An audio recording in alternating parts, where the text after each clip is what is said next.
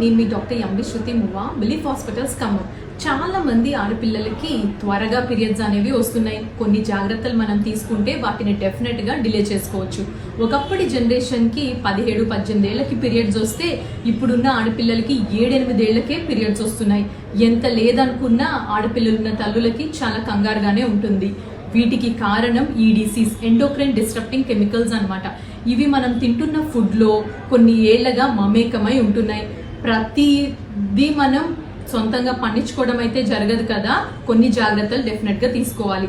పిల్లలకి plastic water bottles కానీ lunch boxes కానీ ఇవ్వద్దు, స్టీల్వి యూజ్ చేయండి. అట్లానే ఫుడ్ అనేది అవెన్ లో కుక్ చేయకండి. కిచెన్ లో నాన్ స్టిక్ పాన్స్ ని వాడకండి. కూరగాయలు కట్ చేసే బోర్డ్స్ కూడా వుడ్ తో గానీ గ్లాస్ తో గానీ చేసేవి యూజ్ చేయండి. ప్రతిరోజు కుంకుడుకాయలతో స్నానం కూడా చేయించడం కష్టం, కానీ షాంపూస్ ఆర్గానిక్ వి యూజ్ చేయండి.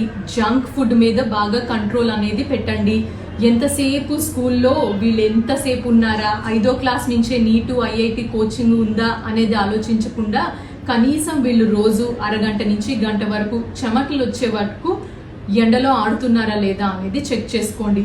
అండ్ పీరియడ్స్ అనేవి ప్రతి ఆడపిల్లకి ఎప్పుడైనా రావాల్సిందే. సో ఎమోషనల్ గా ఫిజికల్ గా మీ పాపని రెడీ చేయండి. Thank you.